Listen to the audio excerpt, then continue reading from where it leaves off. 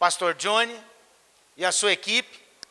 Se você não sabe, o pastor Johnny é um dos líderes do Empreendedores do Reino na cidade de São Paulo. Porque é impossível que nós venhamos fazer, gerar essa visão, sem que nós tenhamos líderes em todas as nossas igrejas. Então, o pastor Johnny é o líder dos empreendedores na supervisão do pastor Renato. E em cada igreja nós temos uma liderança. Então, eu gostaria que você, que quer se envolver nisso, se envolva, se apresente, porque tudo que nós fazemos tem a ver com nossa liderança. Então, esse evento só foi possível porque um empreendedor tomou frente e falou assim: nós vamos fazer a primeira conferência, vai ser lá, na minha igreja, que é aqui. Então, Cidade Ademar. Então, eu quero parabenizar os irmãos, muito organizado, muito bacana, um local muito aconchegante. E eu quero te falar, essa é a primeira de muitas outras que nós vamos fazer. A nossa ideia é começarmos a fazer conferências nas supervisões e talvez o ano que vem ou já no outro ano, nós fazermos uma conferência na cidade, com milhares de pessoas. Amém? Amém. Glória a Deus. Abriu a sua Bíblia? Vamos lá. Diz a palavra de Deus, Jesus disse assim: se pois o Filho vos libertar, o que mais diz em seguida? Verdadeiramente o quê? Verdadeiramente sereis livres. Quando nós analisamos a palavra de Deus, irmãos, nós vemos muitas coisas, a forma com que Deus age. Deus levanta pessoas, Deus levanta líderes, levanta homens e mulheres de Deus. E se você for analisar na Bíblia, todas as vezes que a liderança foi fraca, não houve posicionamento ou não houve liderança, o povo se tornou escravo. Fala comigo, escravo. Pode analisar em toda a história de Israel, quando foi que o povo se tornou escravo? Porque tinha uma liderança fraca, uma liderança que não ouvia a Deus, uma liderança que não se posicionava, uma liderança que não tinha iniciativa. Porque liderar é exatamente ter iniciativa. Empreender nada mais é do que ter iniciativa. Se tem algo que você, como cristão, precisa ter na sua vida, é iniciativa. Mas como assim, pastor? Ter iniciativa para sair por aí fazendo o que der na frente? Não, eu não estou falando disso. Eu estou falando de posicionamento. Eu quero discorrer na palavra de Deus com você, rapidamente, sobre alguns tipos de liberdade que Deus providenciou que você tivesse, que Deus gerou o evangelho para que você tivesse. Então, a primeira liberdade, a primeira coisa que você precisava era de ser livre do pecado. E o que a palavra diz em João 8,34? Replicou-lhe Jesus: em verdade vos digo, todo que comete pecado é escravo do pecado. Então, para que se manifestou Jesus? Para te libertar do pecado, para que você não seja escravo do pecado. E o pecado tem consequências muito terríveis. Nós estávamos ministrando outro dia, aqui, na cidade de Ademar, para a igreja local, e nós falamos algo, e eu quero repetir isso. Se você estava aqui, é importante que você ouça novamente. A palavra de Deus diz o seguinte: que o homem de bem deixa herança para os filhos dos filhos. Está escrito isso em Provérbios. Quantos dizem amém? E aí, se o homem de bem deixa herança para os filhos dos filhos, quem é os filhos dos filhos? São os netos. Eu quero te perguntar algo. Qual foi a herança que seu avô te deixou? Sabe por quê que você mora de aluguel? É porque você teve um avô que era escravo do pecado. Se não fosse escravo do pecado, você pode ter certeza, ele deixaria herança para você que é neto. É o que a palavra de Deus fala. Não, mas o meu avô, queridos, assim, tem algo que nós temos estudado, e algo assim que eu sei que Deus quer destruir no nosso meio, é um espírito de religiosidade. Por quê? Religião mata, religião atrofia, religião gera morte. Todas as vezes que você pegar algo, uma porção da palavra de Deus, e analisar isso, e aplicar isso na sua vida, de forma religiosa, com os padrões da religião, e isso vai gerar morte na sua vida. Deixa eu te dar um exemplo. A palavra de Deus foi traduzida para o português, padre, um homem de Deus que nós temos uma dívida com ele, chamado João Ferreira de Almeida. Só que quando o evangelho chegou, né, muitos dos que trouxeram o evangelho eram franciscanos. E o franciscano ele tem uma filosofia, né, que pobreza agrada a Deus. Pobreza é um estilo de vida que atrai Deus. E isso para mim é um equívoco assim dos mais embaraçados que a religião gera na vida de alguém. Porque a palavra de Deus não diz que você tem que ser rico, em hipótese alguma. Mas a palavra de Deus também não diz que você tem que ser pobre. Ok? Mas aí tem um problema. Porque a religião, ela ensina que pobreza atrai Deus. Não, pobreza atrai pobre. Pobreza não atrai Deus. Você tem pobre, pobre atrai outro pobre. Pobreza não atrai Deus. Fala, pastor, mas a palavra diz que o evangelho é para os pobres. Correto, 100% correto. Mas é para os pobres, para quê? Para ele continuar pobre, feio, miserável, morando longe. É isso? Não. Queridos, o evangelho, quando ele entra na vida de alguém, se é evangelho genuíno, ele tem que causar uma revolução na vida da pessoa. Se o evangelho entrou na sua vida há mais de 10 anos, e não mudou todas as áreas da sua vida, eu quero te falar, muda de igreja. Muda, corre. Ou então se posiciona, cria vergonha. Passa a ouvir os seus pastores e passa a honrar os seus pastores. Sabe por quê? Uma vez eu ouvi uma frase do pastor Aloysio, que ele falou o seguinte, falou, olha, se você anda há mais de 5 anos com alguém e não tem o que essa pessoa tem, é porque você não honra. Eu falei, Jesus, espera aí. Comecei na hora, falei, espera aí, eu tenho que avaliar se eu tenho. 1, 2, 3, 4. Bom, se não tem, estou no caminho. Glória a Deus. Estou andando para ter. Por quê? Queridos, a liberdade é para tudo. É para te libertar de todo tipo de escravidão. Em todas as áreas da sua vida. Em todas as áreas. Pastor Wilson tem um livro poderoso. Prosperidade à maneira de Deus. Quantos leram? Glória a Deus. O que você aprendeu com esse livro? Não lembra? Então você precisa ler de novo. Pergunta para o seu irmão, irmão, você já leu? Se você não leu, você precisa ler. É o livro do seu pastor. Você tem interesse em saber o que é que seu pastor tem para te ensinar? Se você não leu, precisa ler. E esse livro, ele tem algo que choca. Algo assim que é uma quebra de paradigma. Sabe o que é um paradigma? Um paradigma é uma estrutura de raciocínio pela qual você funciona. Por meio da qual você vive. Por meio da qual você pensa, por meio da qual você age e por meio da qual você obtém os resultados. Você é o resultado dos seus paradigmas. Você tem o que você sabe. Você ganha o que você sabe. O seu salário é equivalente ao que você sabe. Então, esse livro, Prosperidade à Maneira de Deus, entre outras coisas, ele cita uma comparação que eu gosto de dizer muito. Eu acho que quanto mais você ouvir isso, mais isso deve gerar indignação no seu coração e posicionamento. Ele faz a comparação do tempo que o povo hebreu saiu do Egito, Deus tira eles do Egito com mão forte, para rumo à terra prometida. Eles destroem o Egito praticamente, deixam o Egito em ruínas, assim Faraó libera o povo, atravessam o Mar Vermelho, atravessam desertos, tem todo aquele tratamento de 40 anos no deserto, e eles estão rumo à terra prometida.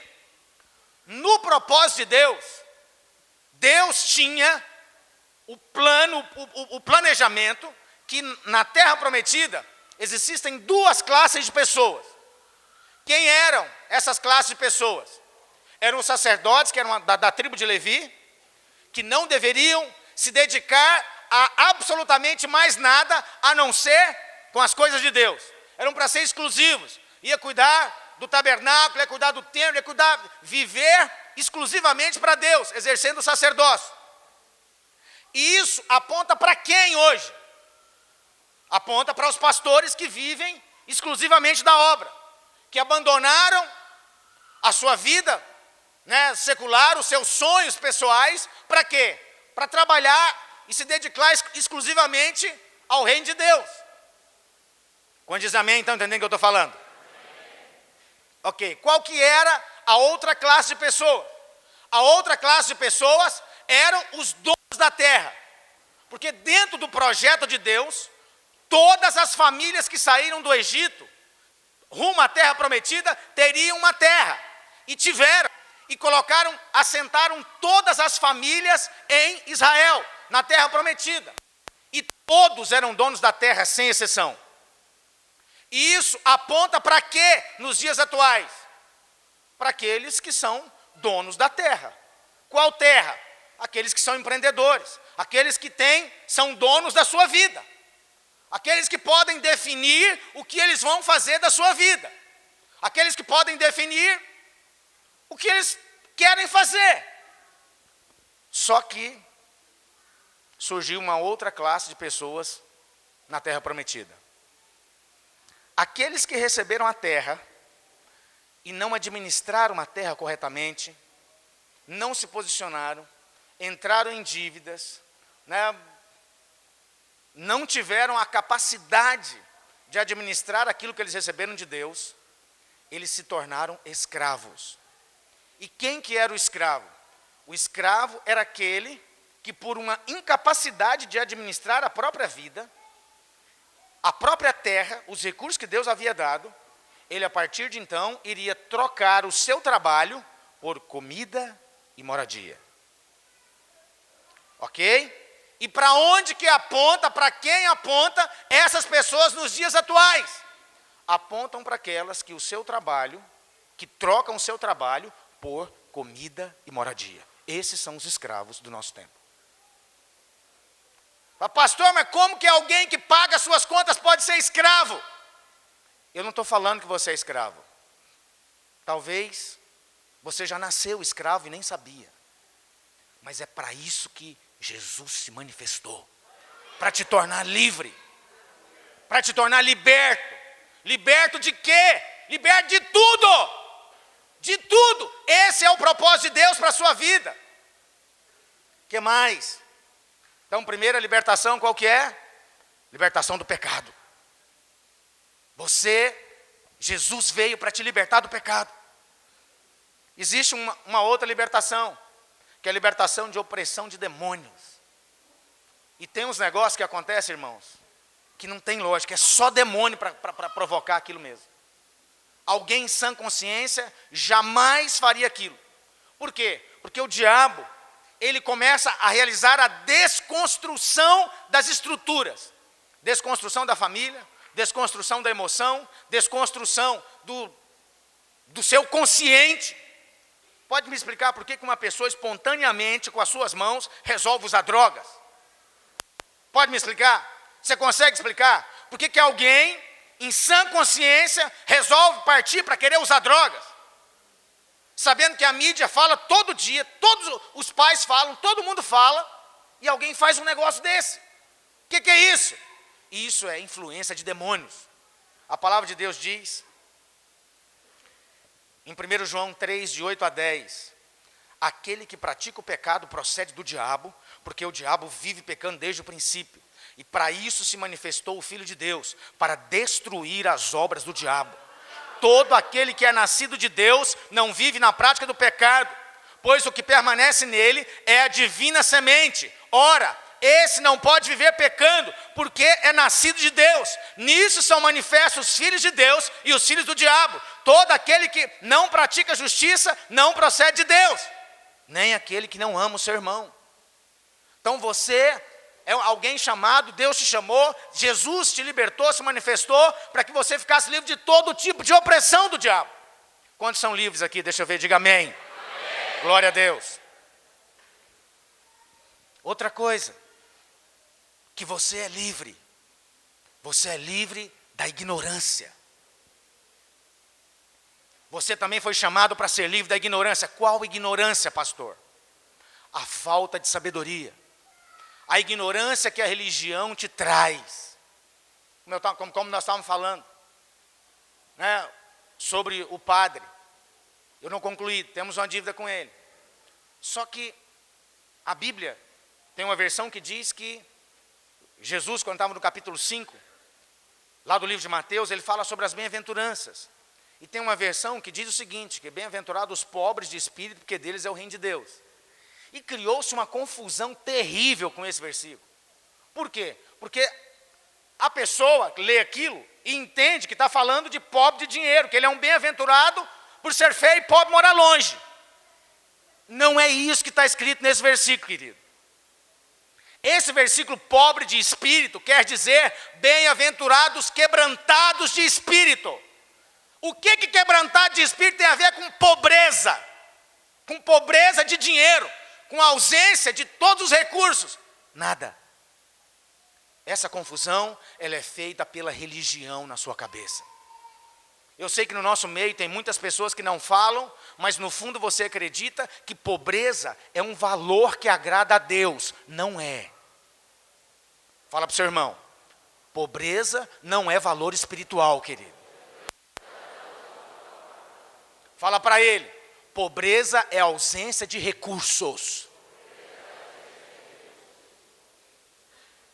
Sabe por que você mora na casa que mora? Eu não sei como é a sua casa, talvez é até muito boa. Mas se você ainda não mora numa casa sua, eu quero que você saiba, Deus tem algo melhor para você. Você foi chamado para ser livre da ignorância de que tem que sofrer. Tá certo? Existem processos nas nossas vidas. A nossa vida, ela é composta por evento e processo. Você precisa se posicionar em todas as áreas da sua vida. Nós ouvimos o pastor Ricardo Landim. Uau, que palavra poderosa. Você precisa se posicionar. Você precisa ter iniciativa. Porque empreender, o que é empreender? Por que nós estamos usando essa terminologia? É porque é simples. Deus é o maior empreendedor do universo. A Bíblia diz, Jesus falou, eu trabalho, meu pai trabalha, até hoje. E o que Deus trabalha? De empregado para alguém? Ele tem um patrão? O que Deus está fazendo? Deus está empreendendo alguma coisa, que com certeza é muito boa. Deus está construindo uma cidade. Não foi isso que Jesus falou? Jesus falou, olha, não se turbe o vosso coração, crede em Deus, crede também em mim. Na casa do meu pai há muitas moradas, se não fosse assim eu vou teria dito. Vou preparar-vos lugar, para quando eu for, eu vou voltar e vos levarei para comigo mesmo, para que onde esteja eu, estejais vós também. Não foi isso que Deus disse? Ok, então Deus é o maior empreendedor do universo. Quantos dizem amém? Amém. Tá certo, aleluia. Agora, nós pregamos, é a nossa prática de fé, que Deus é Espírito e eu sou Espírito. Uma vez que eu recebo Jesus como meu Salvador, o Espírito do próprio Deus vem morar onde? Dentro de você. Não está comigo, está emigo. Está dentro. Daí agora, o maior poder criador do universo, que idealizou tudo, que criou tudo, que fez tudo, está dentro de você, e você acha que ser feio, pobre, morar longe, é algo que agrada a esse Deus? Fala, sai, espírito da religião. Seja livre da ignorância. Seja livre da religiosidade. Religião não agrada a Deus, religião produz morte. Isso é religião. Tenha contato com a vida de Deus. A vida de Deus é aquilo que vai destruir todo tipo de destruição que entrou na sua vida. Seja em filosofia, seja em consequência, seja em atos de alguém, seja em justiça sofrida, ou o que quer que seja. Você pode dizer glória a Deus? Quantos aqui tinham uma vida desgraçada antes de Jesus entrar na sua vida? E agora Deus entrou na sua vida, o que acontece? Começa um processo de reconstrução. Pastor, você acredita que Sim, crente tem que ser daquele tipo, de ter carro importado, apartamento na praia, vem para Jesus que está tudo em paz, tudo tranquilo, que você vai ter. Não, não prego isso, e isso não é evangelho, isso é outra coisa. Isso é outra coisa. Não foi isso que Jesus disse a respeito de evangelho. Porém, nós precisamos de ter a sensatez, a sabedoria e o equilíbrio para poder separar o que é objetivo e o que é consequência de evangelho. O que é o objetivo do evangelho? O objetivo do evangelho é salvar o perdido do pecado. É a transformação da sua alma. É gerar, é trazer o reino de Deus à existência. É desfazer as obras do diabo. É libertar as pessoas da opressão. É você ser transformado à imagem de Jesus Cristo. Isso é o objetivo do evangelho. Quantos dizem amém? Amém? E qual que é a consequência do cumprimento desse objetivo? É você se tornar um excelente profissional. É você se tornar um pai melhor. É você se tornar um marido melhor. É você se tornar uma esposa melhor. É você se tornar um filho melhor. É você se tornar alguém melhor do que era. Não tem lógica. Não tem. Quantos aqui tem inteligência? Deixa eu ver. Não são todos. Perguntar de novo. Aqui são inteligentes. Deixa eu ver. Então pensa comigo. O maior poder de criação do universo veio morar dentro de você. Amém? E o que esse poder gerou na sua vida? Você continua do jeito que era? Você continua falando as mesmas coisas? Pensando as mesmas coisas? Agindo da mesma forma? Tendo os mesmos resultados? Se você continua desse jeito, eu vou te falar, troca de religião. Porque essa religião aí não vai levar você para lugar nenhum. Porque se você continua do mesmo jeito, você não conheceu o evangelho. Você conheceu uma religião chamada videira. Queridos, quando Deus entrou na minha vida, eu era um garoto desgraçado, destruído sem beira nem eira. Tinha nada. Na minha infância, para você ter ideia, não tinha calçado para calçar algumas épocas da minha infância. Por volta aí de 12, 13 anos, eu tinha 2 meias de poliamida. Sabe o que é poliamida? Eu acho que não. Poliamida é um material sintético que não absorve chulé, não absorve nada.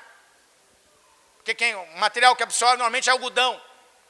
E a meia de poliamida é a mais barata que tinha. Eu tinha 2. E eu tinha um chulé, irmãos, assim, daqueles dos infernos. Sabe o que acontecia? Porque só lavava roupa uma vez na semana na casa. Porque não tinha tempo. Aí enquanto uma estava esperando ser lavada, eu estava usando a outra. E ficava só uma semana com a meia.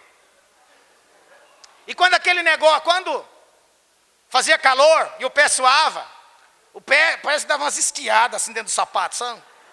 Um mover terrível. Agora, olha para você ver o que é ignorância.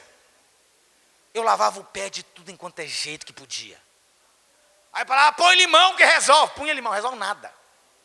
Deixa de molho na que boa. Põe sabão em pó. Só faltei pôr soda cáustica para ver se resolvia o negócio. Nada. Que boa é água sanitária. É que tem outro, minha esposa aqui, minha auxiliadora, está me ajudando. Que boa é um nome popular lá do lado dos Goiás, todo mundo sabe aqui, é água sanitária. Eu era alguém, irmãos, que as pessoas sabiam que eu tinha chegado na reunião sem me ver. Se eu chegasse numa roda de oração, estava lá os irmãos orando, eu entrava na roda, estava, oh Deus, amém. Ô irmão, pastor, Senhor abençoe o irmão Zaia, que você acabou de chegar na reunião aqui agora. Ele sabia. Sabia que eu chegava de olho fechado. E sabe o que aconteceu? Deus entrou na minha vida. Irmãos, algo entrou na minha vida, começou a me colocar dentro de um processo de reconstrução, que hoje quem me vê, fala, não, esse cara não é aquele menino. As pessoas que estão lá em Goiás, que viveram comigo, quando elas me veem hoje, falam, nossa, o que aconteceu? Você deu muita sorte. Esse cara teve sorte na vida. Não, não foi sorte não, foi Deus. Foi evangelho. Evangelho que entrou na minha vida e começou a reconstruir tudo. Foi processo em cima de processo. Alguns tenebrosos. Porque a madeira, quando é muito torta, né, o processo para desentortar tem que ser forte também. E se você está meio torto, eu quero te apresentar um carpinteiro, filho da Irmã Maria. Sabe quem que é a Irmã Maria?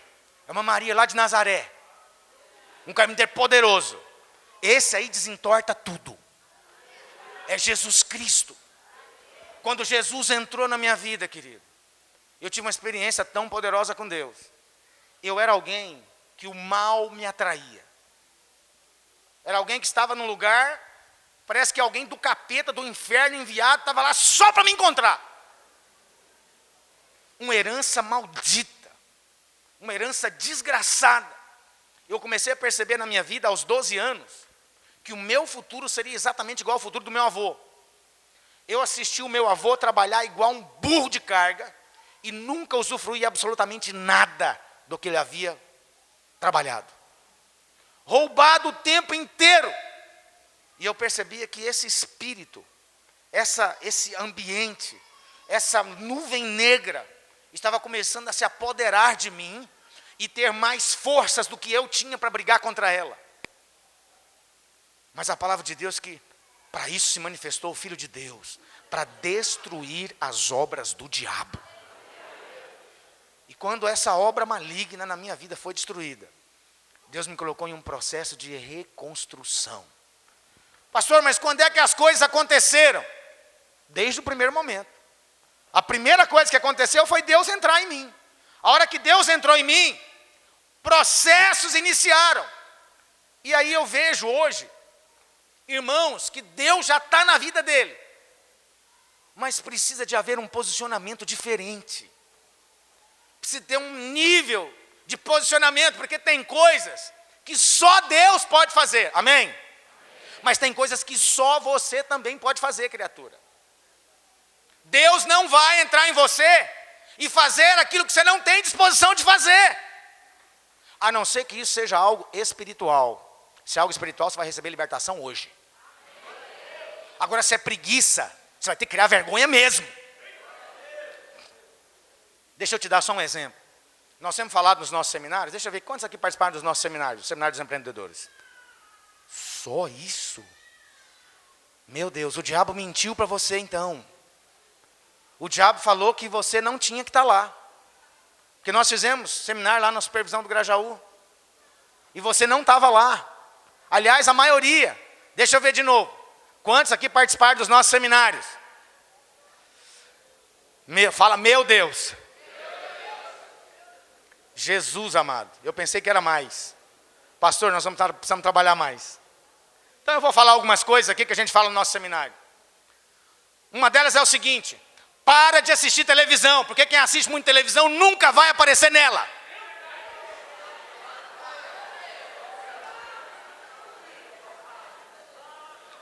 Quero te fazer uma pergunta. O que vai adiantar você viver a sua vida vendo o jogo do Coringão?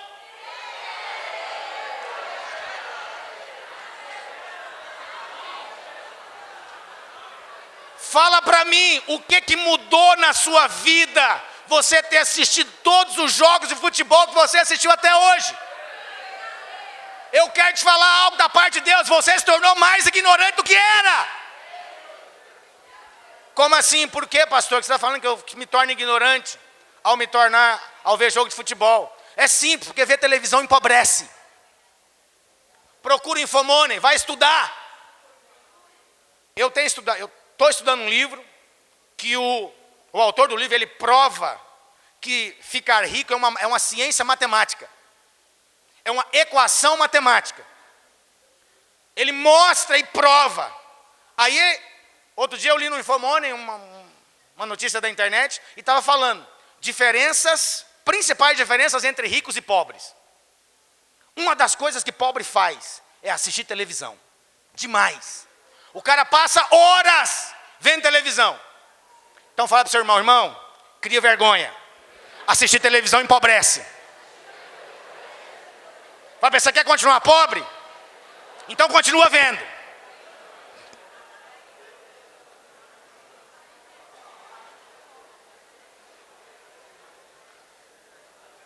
Deixa eu te fazer uma pergunta. Você já viu propaganda de Porsche, Ferrari, McLaren na televisão? Já viu? Por quê? Porque quem vê televisão não tem dinheiro para comprar isso. É simples. Propaganda é feita em canais corretos. Se você não tem grana para comprar aquilo que você pertence àquele nicho de mercado, é inútil fazer uma propaganda naquele lugar. Então é simples. Assistir televisão empobrece. Cuida do que você está fazendo com o seu tempo. Porque, queridos, a graça de Deus está aqui para te libertar, para dar aquilo que você jamais conseguiria conquistar na sua vida. Quantos dizem amém? Amém? Eu creio nisso. Eu creio que a minha vida é o resultado do favor de Deus. Mas tem um detalhe. Não se esqueça que a lei da colheita, da semeadura e colheita, também está no Novo Testamento. Eu quero saber o que você tem semeado na sua vida. Como é que você semeia o seu tempo? Uma das principais coisas que você tem na mão, que Deus deu, que é a maior democracia que existe na face da terra, chama-se tempo. Todos têm 24 horas. Sim ou não? O que você tem feito do seu tempo? Deus te chamou para te livrar da ignorância. Você é livre. Para de achar que assistir Jornal Nacional vai tornar você alguém melhor do que é. Vai tornar alguém você informado. Não vai. Pastor, nem sei o tempo. Quase 1 hora. Aí a propaganda, não sei o quê, mas não sei aonde. Em 5 minutos eu leio tudo que eu preciso. Entra no site do UOL, você vai ver lá. Terremoto não sei aonde. Está sabendo? Interessa ler. Não interessa, sai fora. Procura os subtítulos. Em 5 minutos você resolve a bronca toda. E o que você faz do resto? Vai fazer coisas que edificam a sua vida. Eu vou falar algo que é muito radical e nem é algo que eu estou recomendando para você. Eu só estou falando que é algo que eu fiz. Eu não assisti uma única prova dos Jogos Olímpicos. Por quê, pastor? Porque não é minha prioridade. Talvez até devesse assistir alguma. Mas por que não assistiu? Porque eu tinha coisas mais importantes para fazer. Fala para mim, o que mudou na sua vida as horas que você passou diante da Olimpíadas? Pastor, a gente viu o Bolt, ótimo, excelente. O que você aprendeu que vai mudar a sua vida para o resto dela? Faça coisas que edificam a sua vida, querido. Tenha iniciativa. Deus confiou a sua vida na sua mão e você vai prestar conta dela um dia. Quantos aqui leem pelo menos um livro por mês? Deixa eu ver. Mas não é só nesse mês que eu estou falando, não. Porque esse mês tem o livro do pastor Wilson. Inclusive a lição de hoje é os cravos, né? Pois é, ali, tem um ali. Eu não estou falando desse, não. Estou falando dos outros meses do ano. Quantos livros você lê? Deixa eu ver. Quem lê pelo menos um por mês? Amém. Você pode ter certeza que você está se tornando menos ignorante. Deus está te livrando da ignorância quando você resolve se posicionar para ler. Sabe por quê que... Olha, deixa eu te... vamos fazer uma equação simples. As horas de televisão que você assistiu na sua vida, ao invés de se dedicar à leitura e ao estudo, é responsável pelo seu desemprego hoje. Sabe por que você não ganha o dobro do que você ganha? Porque você não se posicionou para cuidar do empreendimento que Deus te deu, que é a sua vida. Queridos, o Espírito de Deus, que é o maior empreendedor do universo, veio morar em você. Fala para o seu irmão, mora em você. Mora em você. Outra coisa que Deus veio para nos libertar. Libertar da condenação. Coisa poderosa é você deitar na sua cama e poder respirar em paz.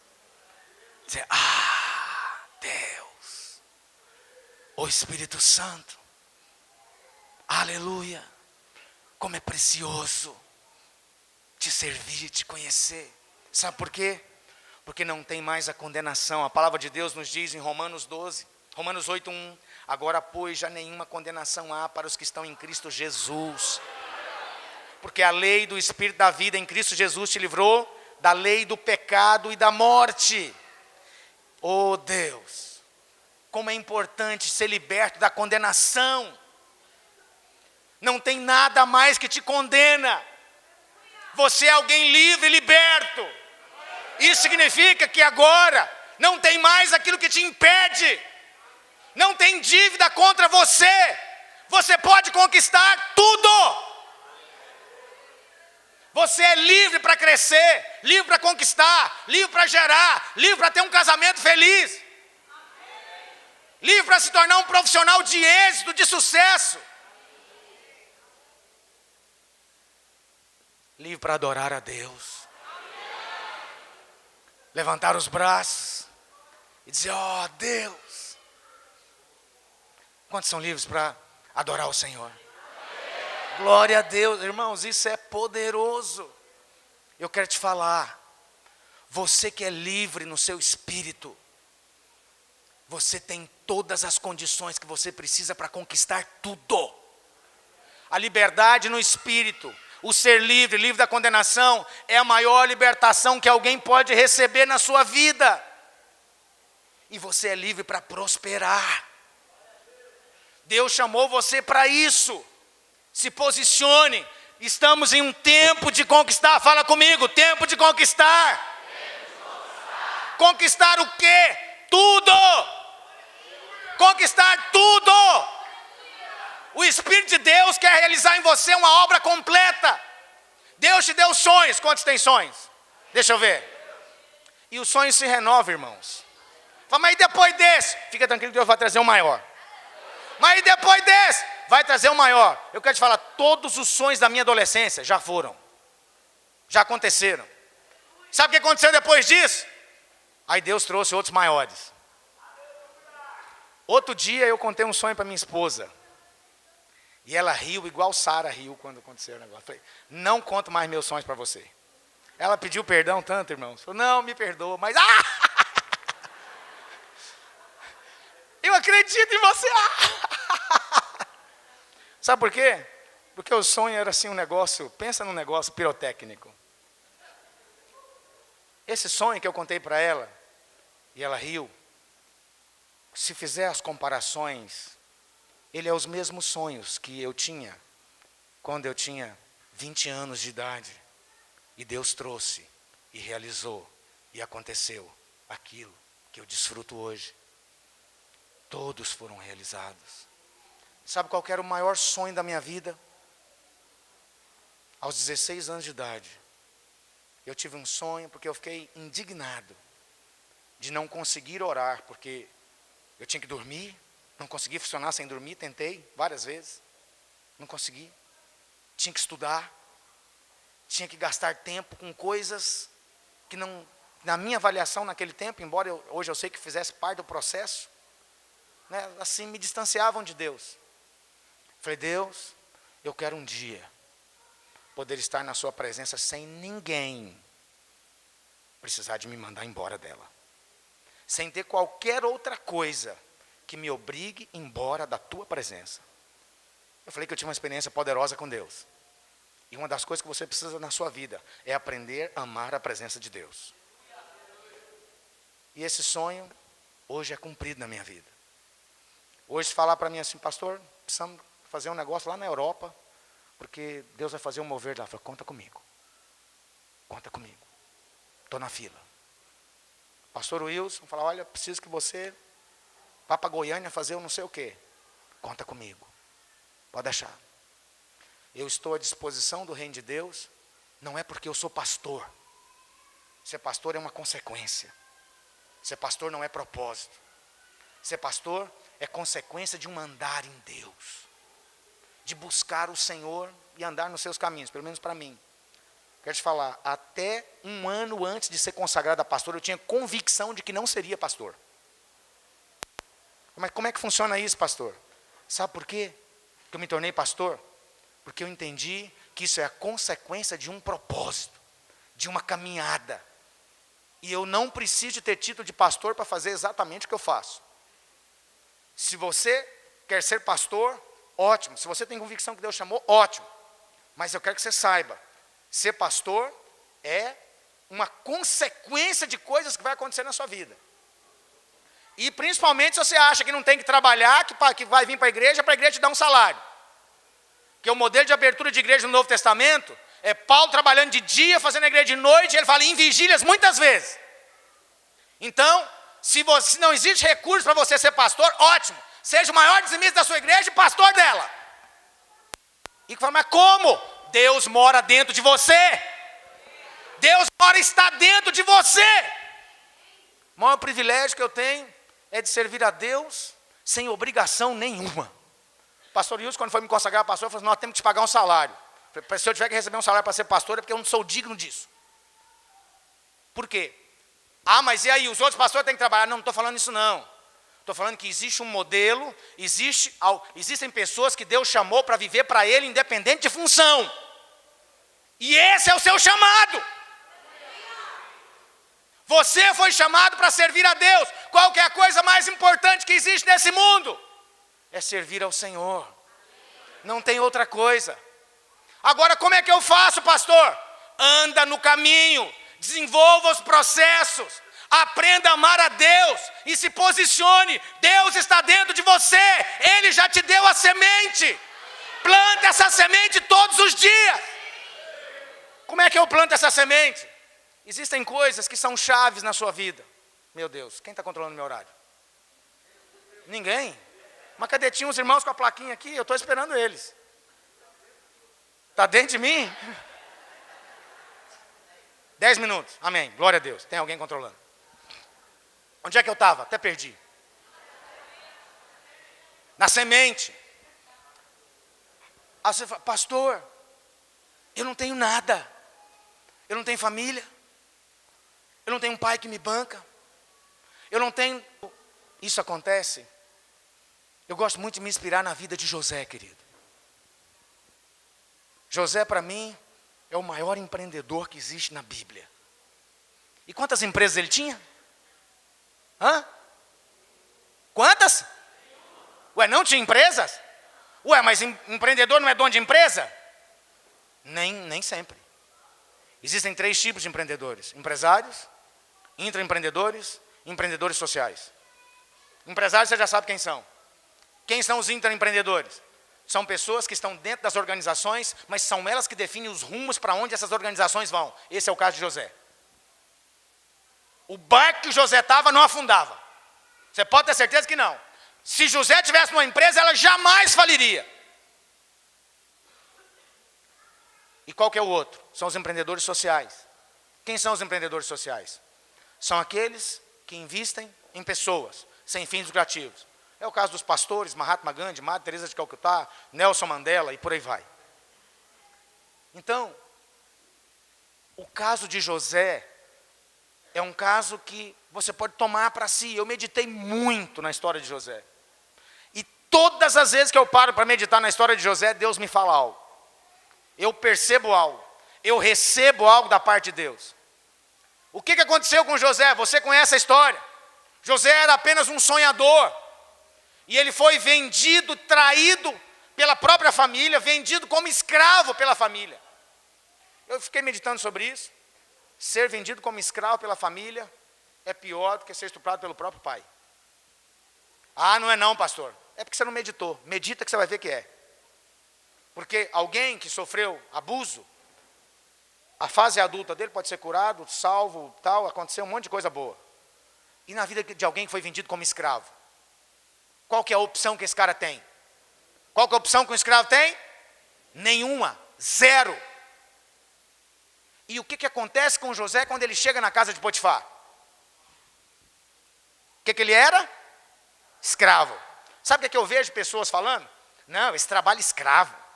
Isso aqui não vou para esse emprego porque é um emprego escravo. Eu fico pensando, onde é que esse cara mora? Tudo bem que existem certos trabalhos que você tem que se dedicar muito. Mas o que José tinha para ser o melhor empregado, escravo daquela casa?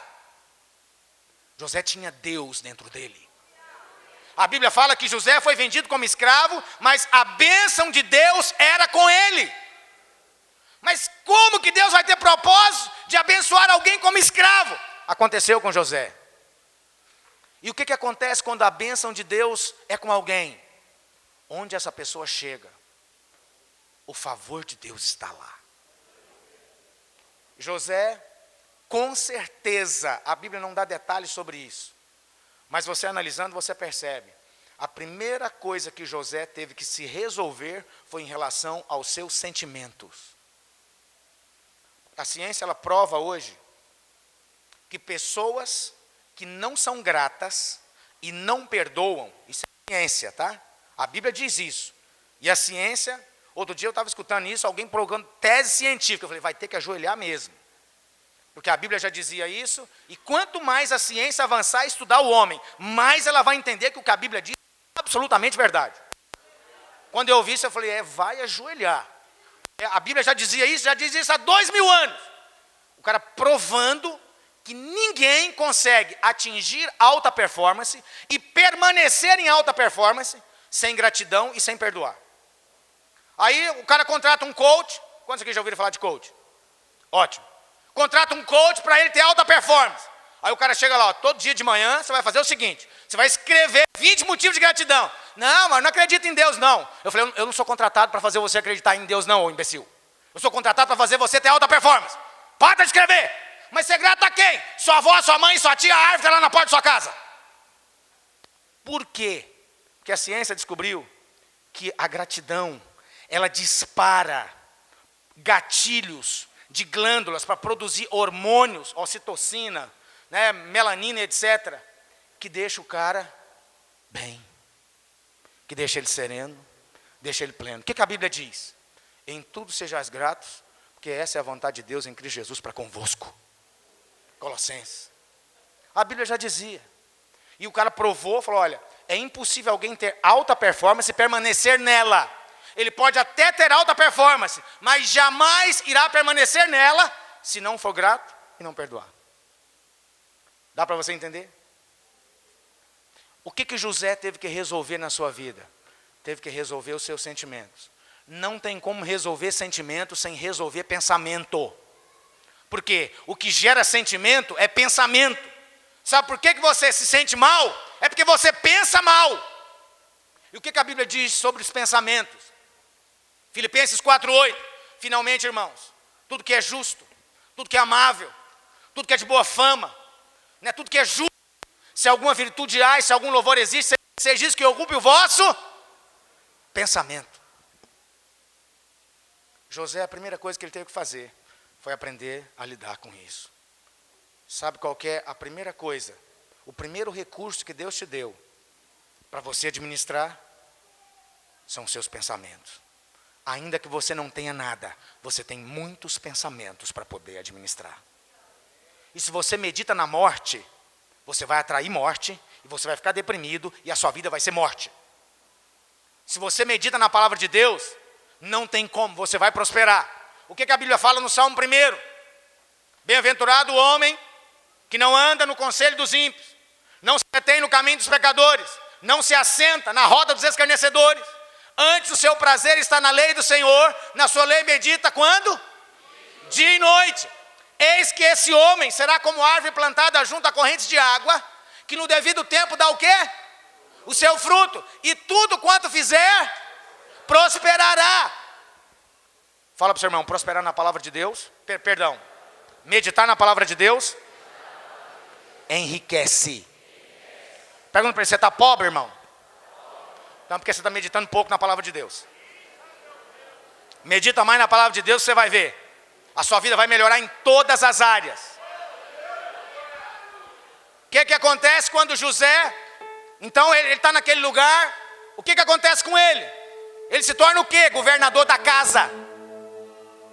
Por quê? Porque se posicionou em Deus, se posicionou na sua vida, nos seus sentimentos. Era alguém que tinha iniciativa, era alguém que era confiável. Por que você acha que o Potifar, que era o chefe da guarda do Egito, da maior potência do planeta, ia confiar a chave da casa dele na mão de José. Que a Bíblia fala que Potifar não sabia nem do que saía, nem do que entrava na casa. Você sabe por quê? Porque tinha alguém competente o suficiente e confiável para isso. Eu quero te fazer uma pergunta. A semente que Deus te deu pode ser um salário mínimo lá na sua empresa. Pode ser um estágio. Eu quero saber se você é confiável o suficiente para o seu patrão colocar a chave da empresa dele na sua mão.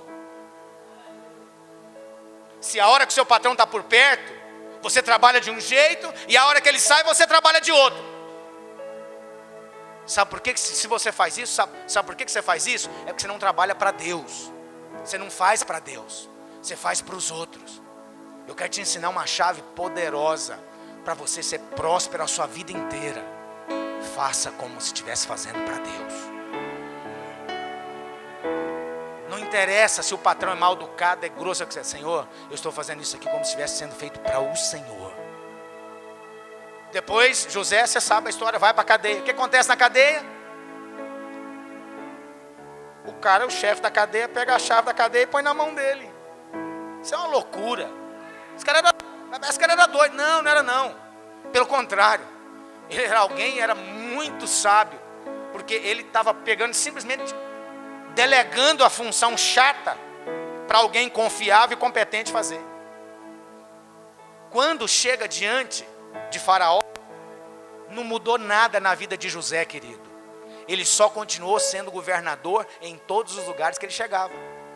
Ele só se posicionou como sempre se posicionou lá na casa de Potifar como escravo. E Faraó, alguém experiente, olhou para ele e falou assim: não, é esse cara que eu preciso. Deus que me livre de cuidar desse povo. É você que eu preciso. Você é o cara. Ainda bem que Deus te mandou. Graças a Deus. O que o Faraó fala? Quem seria melhor para cuidar desse negócio do que aquele que tem o Espírito de Deus? Querido, faça tudo o que você faz como se estivesse fazendo para Deus. E uma hora vai chegar o momento, a fase da aprovação passa, viu? Existem muitas pressões que passamos nas nossas vidas, mas a aprovação tem fim. Isso que José passou eram apenas testes para Deus colocá-lo no próximo nível. Viu? Quantos aqui estão passando em teste? Deixa eu ver. Vamos ficar de pé.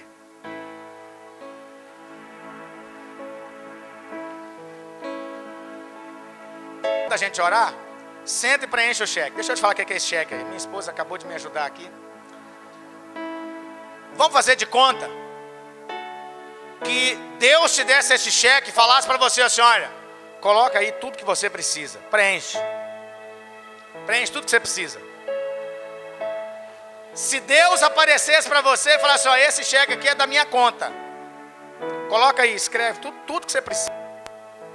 Preenche, vamos lá.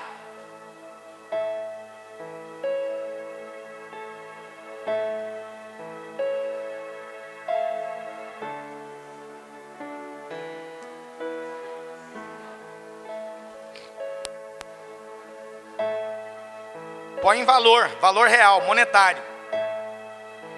Quanto é que você precisa para resolver seu problema?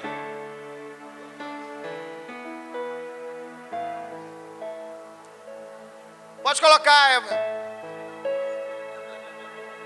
Deus apareceu para você. Vamos imaginar um cenário. Assim, meu filho, está aqui o meu cheque. Um cheque da minha conta.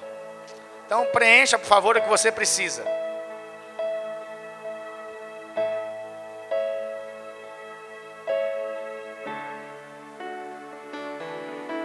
Vou te dar 1 minuto para isso e nada mais.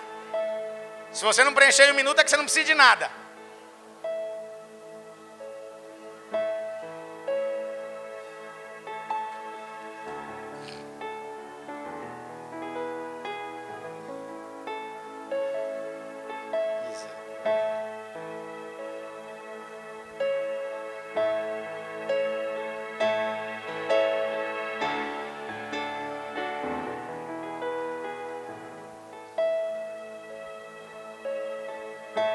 Pode colocar o valor que você achar que deve. A assinatura é com Deus.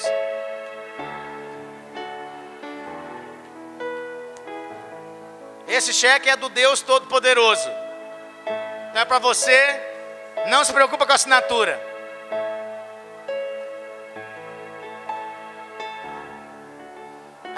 Você não vai, isso aqui não vai virar dinheiro não, viu, irmãos? Não vai ter esse milagre aqui desse cheque aí virar dinheiro hoje não.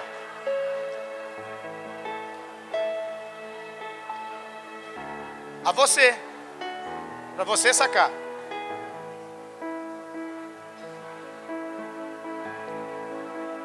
Já preencheu? Preenche por extenso. Não, não precisa cruzar não. É para ser sacado.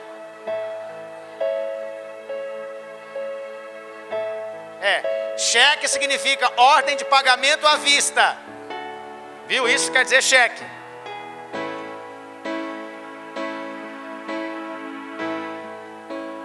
Preenchido? Quer ver? Ok, é razoável. Amém. Preencheu? Ok. Obviamente, isso é uma dinâmica que eu quero fazer com você. Hoje em dia, querido, olha para mim. Faz sempre, seu irmão. Psss. Hoje em dia, é possível você fazer um teste psicológico, de perfil e etc. com alguém de 16 anos de idade e definir matematicamente se essa pessoa vai morrer rica, morrer pobre, sozinha, solteira, casada ou cheia de amigos. Por quê? Porque já existe uma programação neural que vai conduzir essa pessoa a viver dessa forma. E por isso que a palavra de Deus diz que nós temos que ser transformados pela renovação da nossa mente. Porque quando você se converteu, o seu espírito zerou, 0 quilômetro. Mas a sua alma, como é que está? Está velha igual só Jesus na causa. E ela tem que ser transformada. Transformada como? Não é lá no jogo do Corinthians, não. É lá na meditação da palavra de Deus, que ela fala que haverá a transformação. Então deixa eu te fazer uma pergunta. Você já colocou? Já preencheu o cheque? Olha aí o cheque que o seu irmão preencheu. Deixa eu ver. Olha aí, olha o olho do outro. Pergunta para ele, irmão, você colocou aí, além das suas necessidades, que você acha que tem? Volta para cá. O que é isso? Era só para ver. Não era para fazer a célula agora não. Fala, irmão, agora não é a célula. Faz assim. Pss. Você já viu, não já? Ok, então olha para cá agora. Deixa eu te fazer uma pergunta. Você colocou aí nesse cheque o valor do prédio que você tem que comprar para a sua igreja? Comprou? Colocou? Colocou nesse valor aí o valor da escola que você tem que ser construído para os seus filhos estudar? Se não colocou, você fala, irmão, larga de ser pobre. Põe a mão na cabeça dele aí, pede licença e fala, sai em nome de Jesus. Fala assim, esse corpo não te pertence.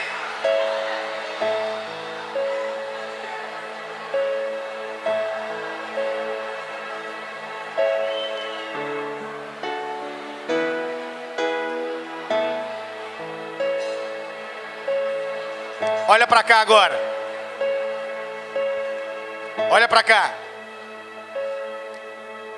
Por que em alguns momentos da sua vida, ou em vários momentos da sua vida, você não acredita que Deus chamou você para comprar o prédio da igreja? Por que você não acredita nisso? Sabe por quê? Porque tem um espírito de pobreza que tomou posse da sua alma. É por isso que você não acredita. Pastor, mas como é que eu posso? Olha para cá, deixa eu te contar outra coisa que você talvez não saiba. Olha para mim.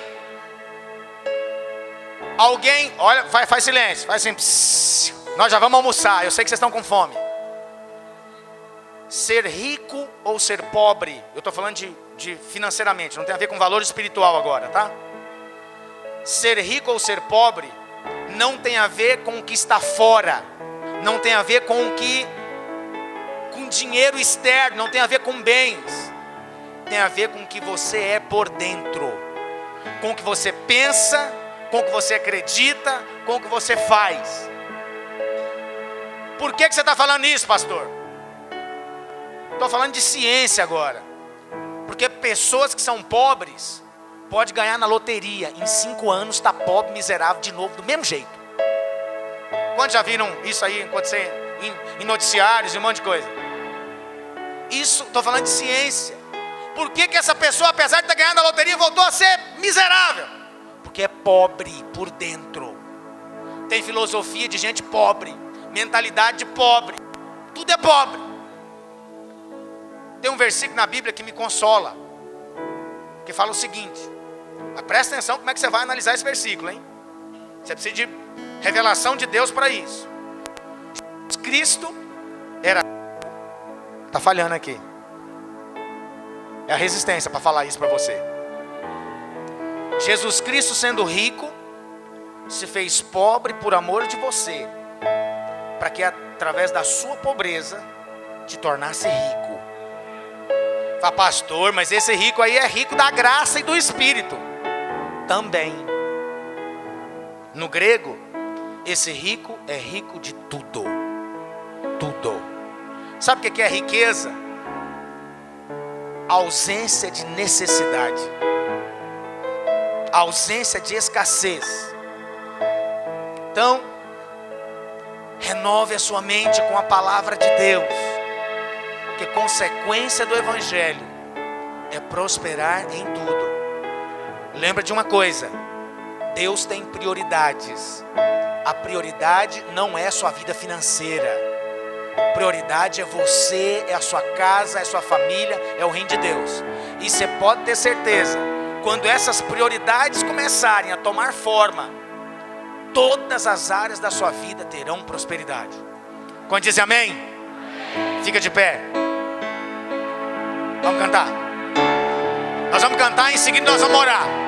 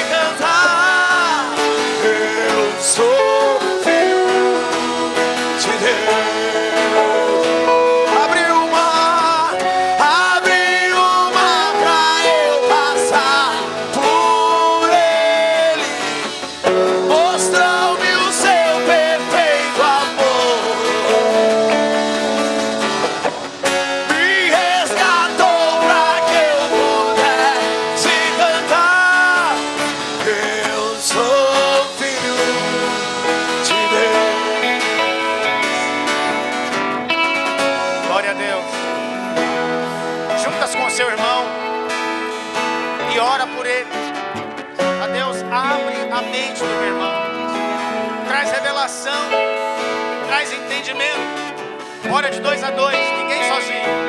Começa a orar.